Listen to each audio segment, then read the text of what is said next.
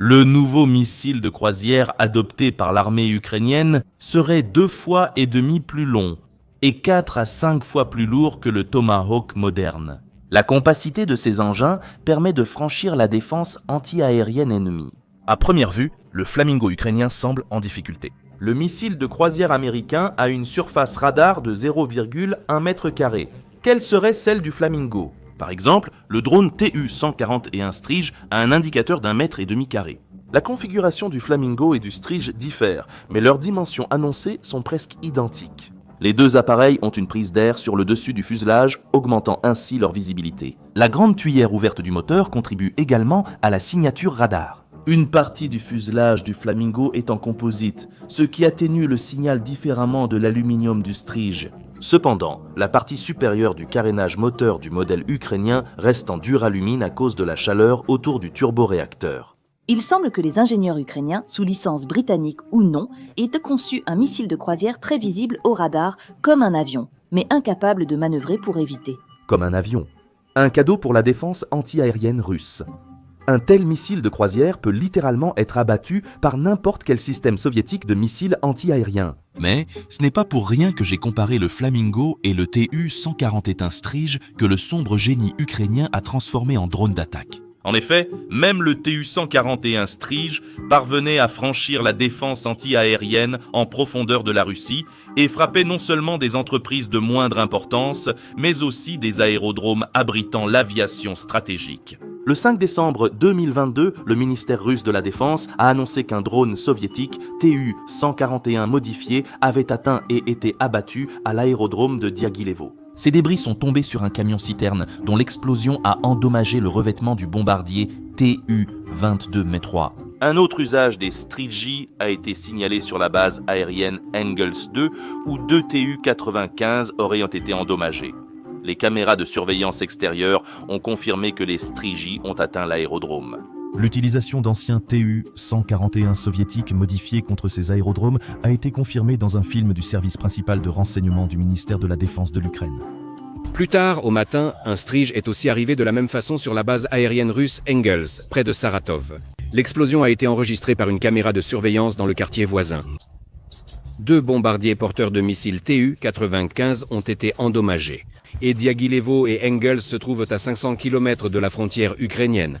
C'est la première fois que les nôtres atteignent une telle distance. Autrement dit, on peut affirmer avec un haut degré de certitude qu'il sera difficile pour la Russie d'intercepter des cibles telles que le missile de croisière Flamingo. Mais une question demeure.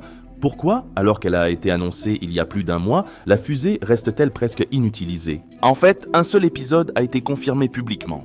Les analystes open source, notamment la chaîne Telegram Okogora, lien en description, ont signalé une frappe sur une base du service fédéral de sécurité près d'Armiansk.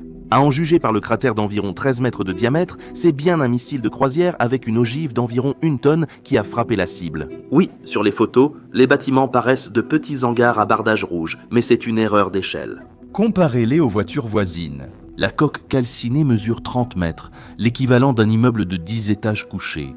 L'impact était sérieux. La forme du cratère du missile montre clairement qu'il ne s'agissait pas de drone. Le missile de croisière Flamingo est donc en service à Kiev et peut atteindre sa cible, même si ce n'est pas systématique. Cependant, apparemment, sa production reste limitée pour le moment, même si elle est stable. Une autre question se pose. Pourquoi annoncer ce produit à l'avance, laissant à l'ennemi le temps de s'y préparer ? Sans prétendre détenir la vérité, réfléchissons-y ensemble. Maintenant, parlons des attaques contre l'infrastructure énergétique, en particulier de la part de l'Ukraine. Pendant longtemps, il y a encore quelques années, aucune action n'a été entreprise concernant les infrastructures civiles.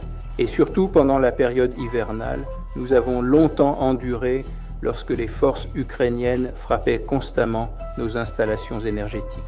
Après cela, nous avons commencé à répondre. Le mensonge, bien sûr, peut être différent, mais ce mensonge de Poutine provoque tout simplement du dégoût. Le chef d'une puissance nucléaire ment comme un hérisson peureux. La Russie a terrorisé les civils ukrainiens en coupant l'électricité dès septembre 2022, juste après l'expulsion de son armée de mercenaires, violeurs et pillards de la région de Kharkiv. Le 11 septembre, une frappe a visé la centrale thermique numéro 5 de Kharkiv, marquant le début de la destruction ciblée de l'infrastructure énergétique. Cela a duré plus de 3 ans avec de courtes interruptions, jusqu'à la dernière attaque massive contre le secteur énergétique ukrainien, le 15 janvier 2025. L'Ukraine, quant à elle, n'a frappé les installations de raffinage de pétrole russe pour la première fois qu'en janvier 2024, et ces attaques ont continué jusqu'en février 2025. Et puis il y a eu une accalmie. Et déjà en mars, le Kremlin a officiellement présenté un document qui serait soi-disant le résultat d'un accord avec Donald Trump. Il s'agissait d'un moratoire sur les frappes visant raffineries, centrales électriques, gazoducs, stations de pompage, centrales nucléaires, etc. Donald Trump a aussi confirmé le compromis dans son message. Permettez-moi de rappeler que, comme d'habitude, la Russie a d'abord violé le moratoire. À partir du 15 juin, elle a attaqué la raffinerie de Kremenchuk puis la station de gaz d'Odessa. En effet, la production d'électricité n'a pas été affectée. Dès août cette année, les forces ukrainiennes ont repris leurs attaques régulières contre les raffineries russes. Et au moment de l'enregistrement de cette vidéo, ils avaient endommagé 13 usines. La Russie, à part une seule frappe sur la grande centrale thermique de Tripilska, ne touche pas encore au secteur énergétique. Et c'est intéressant. Pourquoi ? D'autant plus que les forces de défense de l'Ukraine ne frappent pas seulement les raffineries de pétrole. En fait, dans le pipeline par lequel on transporte le pétrole brut ou les produits pétroliers, il faut maintenir régulièrement une certaine pression. C'est pourquoi tous les 100 à 200 km le long de l'oléoduc, des stations de pompage sont nécessaires pour augmenter la pression dans le tuyau souterrain, pour que le liquide y circule et ne stagne pas. Et il se trouve que toute l'infrastructure des oléoducs de produits pétroliers passe non loin de l'Ukraine. Justement dans la zone de portée du complexe de missiles opérationnels tactiques hypothétiques mais non mythiques, SAPSAN, dont la puissance de la charge de combat suffit largement à mettre hors service toute l'infrastructure souterraine de la station. Et donc, si l'on détruit la station principale de pompage de pétrole ici, ici et ici, cela privera en fait la Russie de la possibilité de transporter des hydrocarbures vers les principaux ports d'où s'effectue l'exportation des carburants et lubrifiants. Ma vidéo du 21 mai 2024 a suscité de nombreuses critiques. On disait que tout cela, c'est de la 3D, tout explose, mais ce ne sont que des fantasmes. Nous voilà en 2025, alors analysons mes anciens fantasmes. Cette année, les drones des forces de défense ukrainiennes ont réussi à frapper 2 stations de pompage de pétrole dans la région de Krasnodar, coupant ainsi l'approvisionnement en produits pétroliers vers le port de Novorossiysk. Puis une frappe réussie sur la principale station de pompage de pétrole, Vtorovo, dont le schéma illustre l'importance dans le système. Ensuite, la station de pompage de pétrole Nikolskoye, dans la région de Tambov, a été frappée. Et bien sûr, n'oublions pas la frappe sur la station de pompage de pétrole Onesha, ce qui, pour une raison quelconque, n'a pas plu aux Hongrois et aux Slovaques. L'essentiel, c'est que je cite uniquement les frappes réussies. Les drones ukrainiens ont aussi visé d'autres stations pétrolières clés comme Kaleikino sans succès.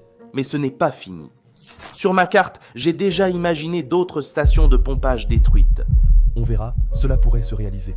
Donc, mon hypothèse selon laquelle les oléoducs et les produits pétroliers de la Russie constituent une infrastructure extrêmement vulnérable et que Kiev s'y attaquera forcément, s'est avérée correcte. Mais surtout, cela a vraiment créé des problèmes, comme l'affirme directement chez Transneft. Je veux dire que nous voyons des frappes contre les stations de pompage de pétrole et une destruction systématique de toute l'infrastructure de livraison des hydrocarbures. Nous avons longtemps supporté les frappes constantes des forces ukrainiennes contre nos installations énergétiques. Ensuite, nous avons riposté. Et nous répondons, bien sûr, disons-le sérieusement.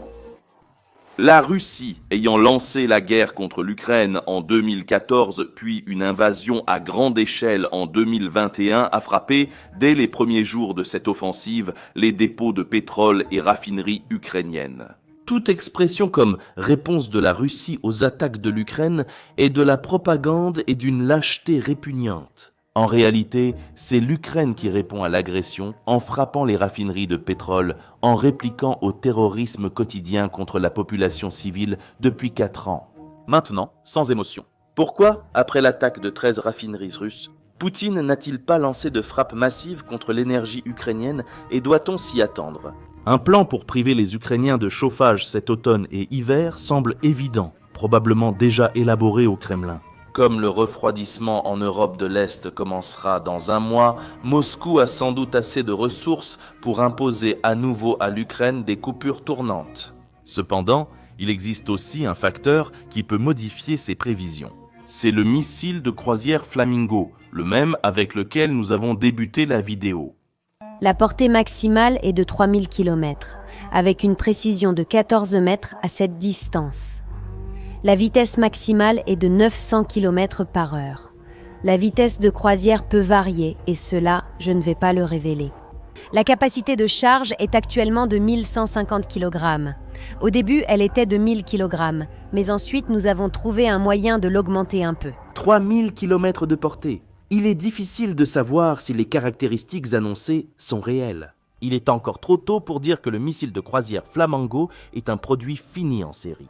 Il ne faut pas oublier qu'il a fallu 12 ans pour développer le Tomahawk américain et 15 ans pour le Kh-101 russe. Firepoint, quant à lui, a réussi à créer un missile de croisière ukrainien en seulement 3 ans et demi. Même si certains composants sont fabriqués sous licence. Mais l'essentiel, c'est qu'elle existe, qu'elle vole et qu'elle est capable d'atteindre des cibles. C'est déjà suffisant pour la considérer comme un facteur de dissuasion. Et on peut supposer qu'en cas d'une nouvelle phase de terreur russe contre le secteur énergétique ukrainien, ce facteur sera pris en compte sérieusement. Il est possible que ce soit précisément pour cela que l'Ukraine a démontré sa nouvelle arme. Pour que Moscou comprenne, les frappes sont sur les centrales thermiques et de cogénération auront une réponse. En effet, la Russie est tout aussi vulnérable que l'Ukraine dans ce domaine. Je vais expliquer. L'analyste Open Source Intelligence et spécialiste de l'énergie Bracken Rasky marque depuis plusieurs années sur Google Maps, sur son compte Twitter, ce qu'il considère comme certaines des cibles prioritaires pour des frappes sur le territoire de la Fédération de Russie. Et c'est le maillon le plus vulnérable de tout le système énergétique russe. Il s'agit des grands transformateurs de puissance. En fait, il n'y a aucun secret ici. Moscou, en privant les personnes âgées ukrainiennes d'électricité, a également visé précisément ces équipements. Mais, comme l'écrit l'analyste, le lien vers lui sera dans la description. La Russie en dépend un peu plus que l'Ukraine. Alors, qu'est-ce qu'un grand transformateur de puissance ? Ce mastodonte pèse environ 300 tonnes et coûte entre 10 et 20 millions de dollars. Elle sert à transformer la tension reçue des générateurs de la centrale électrique. Le grand transformateur de puissance l'augmente d'abord pour l'envoyer sur les lignes électriques ou, à l'autre extrémité, il y a aussi des transformateurs. Peut-être qu'ils ne sont plus aussi grands, mais ils abaissent la tension pour la distribuer aux consommateurs dans les foyers. Qui ne sait pas pourquoi il faut d'abord augmenter la tension ? Cela permet de transmettre d'énormes quantités d'énergie par les lignes électriques sur des milliers de kilomètres avec seulement 3 à 5% de pertes. Si on ne le fait pas, les pertes seront énormes selon la distance. Comme vous le savez, la Russie n'est pas un petit pays par rapport à l'Ukraine. Revenons à la carte de Bracken Rasky, où il a indiqué les principaux transformateurs de puissance. La mise hors service de ces derniers arrêterait effectivement une partie de l'industrie clé de la Russie et entraînerait des coupures de courant. L'expert a calculé combien de transformateurs de puissance principaux il faudrait mettre hors service pour provoquer l'effondrement de tout le système, et il s'agit de seulement 70 unités. Bracken Rasky a de nouveau indiqué la priorité sur la carte. Remplacer un tel transformateur rapidement est très difficile, voire impossible pour la Russie sous sanction. Ils coûtent cher et leur construction dure plus d'1 an. Même la Chine ne pourrait aider la Russie. De plus, les principaux transformateurs de grande puissance sont proches de la frontière ukrainienne, ce que Moscou sait aussi. Seulement, auparavant, l'Ukraine n'avait pas la possibilité de frapper non seulement les transformateurs de grande puissance, mais aussi les capacités de production, c'est-à-dire les centrales thermiques et les centrales de cogénération elles-mêmes. Mais avec l'apparition de Flamingo, cette possibilité existe désormais. Je ne sais pas quelle décision le Kremlin a prise pour une nouvelle campagne de terreur énergétique contre les Ukrainiens, mais Kiev saura répondre. Tout ce qu'ils ont, ce sont 3 ou 4 produits conditionnels. Donc maintenant, évidemment, c'est un moment important. Bon, d'accord, il y a ces produits. Même les experts militaires loyaux à l'Ukraine, je ne vais pas citer leur nom. Nous avons trouvé leurs commentaires en anglais, en allemand et même en russe. Ce missile est aussi visible, excusez-moi, qu'une femme très maquillée allant quelque part pour des affaires inappropriées. Et ce n'est même pas à cause de la pointe rose, ni à cause de l'énergie de ce dont la politicienne a parlé. Ce missile, par sa structure, sera visible sur tous les radars et facile à abattre par la défense antiaérienne russe. Oui, je comprends qu'il y aura maintenant des partisans du Z qui diront que tout cela n'est que sur le papier, que ce n'est que de la théorie, que ce sont des histoires pour faire peur de la part d'un partisan de l'Ukraine. Mais il se trouve qu'en 2023, avec l'apparition du premier drone ukrainien Bobre, nous avons correctement calculé avec vous que ce drone et d'autres similaires deviendraient un sérieux problème pour la puissante défense antiaérienne russe. Et aujourd'hui, nous voyons la confirmation de nos calculs. La Russie ne peut pas protéger ses entreprises stratégiques de raffinage du pétrole contre des drones lents. Comme je l'ai mentionné, nous avons discuté de l'efficacité des frappes ukrainiennes contre les stations de pompage de pétrole russes et du fait qu'ils les cibleraient sûrement. Et voilà, ils s'en sont pris à elles. Voilà. Transneft avertit les compagnies pétrolières d'une possible réduction des livraisons de pétrole via ces oléoducs en raison des attaques ukrainiennes. Les partisans de Z peuvent aussi se moquer de cette vidéo. Ils riront quand leurs forces aérospatiales frapperont à nouveau, en vain, l'énergie ukrainienne pour tenter de briser la volonté du peuple ukrainien. Mais je veux tout de suite les avertir. Quand ils, comme les automobilistes d'aujourd'hui qui enregistrent des vidéos indignées sur la hausse des prix de l'essence et sa pénurie, feront les mêmes vidéos sur les coupures de courant soudaines, qu'ils n'oublient pas deux choses. D'abord, leurs questions rhétoriques sur la cause de ces événements et l'origine soudaine des coupures paraîtront aussi naïves et absurdes que les plaintes actuelles sur la pénurie de carburant. De plus, peu de gens verront leurs vidéos. Internet fonctionne rarement sans électricité. Pourquoi tout cet engouement? On ne comprend pas. C'est artificiel, à 100%. Gorlovka, qu'est-ce qui se passe avec l'essence? Je suis vraiment choquée. Dans certaines stations-service, seuls des coupons sont acceptés. Mais c'est quoi ça, l'Union soviétique? Merde, c'est quoi ces prix? C'est quoi ces chiffres? On annonce encore un problème de carburant. Les élections sont passées, les prix ont augmenté. Eh bien, mon Dieu. Quelqu'un peut-il résoudre ce problème? Expliquez-moi comment, dans un pays qui extrait du pétrole et produit de l'essence, il peut en manquer. Bonjour à tous. Et vous, le carburant, ça va? Le deuxième à 90 roubles, le cinquième à 96. Oh, j'aurais préféré ne pas voir ça. On avait 58 pour la 92e et maintenant 71 pour 80. Il paraît qu'il n'y a tout simplement plus d'essence. N'oublions pas que ce n'est que le début, les amis. Ce n'est que le début. La pénurie de carburant sera sans doute résolue un jour. Oui, le prix de l'essence sera plus élevé, mais le marché s'en chargera, vous comprenez. Il ne faut pas voir les frappes contre la raffinerie seulement comme une tentative de provoquer une crise du carburant ou de priver le Kremlin de revenus. Le problème est plus profond. La destruction des capacités de raffinage et des stations de pompage crée en Russie un excédent de pétrole brut invendable, sans débouché. C'est ce qu'écrit Reuters dans son article. Il y a ici à la fois la perte de la capacité à pomper le pétrole de manière ininterrompue par les oléoducs et le manque de dépôts pétroliers capables de stocker l'or noir brut. Et cela conduit à une réduction de la production, ce que Transneft a directement déclaré. Mais qu'est-ce qu'une réduction de la production ? C'est la fermeture de puits qu'il sera ensuite impossible ou extrêmement coûteux de remettre en service. Ce que je veux dire, c'est que progressivement, la Fédération de Russie perd non seulement des super profits, mais aussi une partie de ses secteurs industriels critiques. On ne peut évaluer les frappes contre la Russie seulement selon l'économie à court terme. C'est une atteinte stratégique à ses fondements. Je ne dis pas cela pour raisonner les étistes devenus fous et attirer leur attention sur le fait que l'opération militaire spéciale ne s'est pas déroulée tout à fait comme prévu. Je veux plutôt dire qu'une Russie isolée, même si elle perd très lentement sa base de ressources, tombera inévitablement dans une dépendance croissante envers son grand frère chinois. Et croyez-moi, ce dernier ne manquera pas l'occasion d'utiliser un tel atout dans son propre intérêt. Comment ? Nous en parlerons dans la prochaine vidéo. Ne la manquez pas. Mais comme toujours, c'est à vous de décider, être ou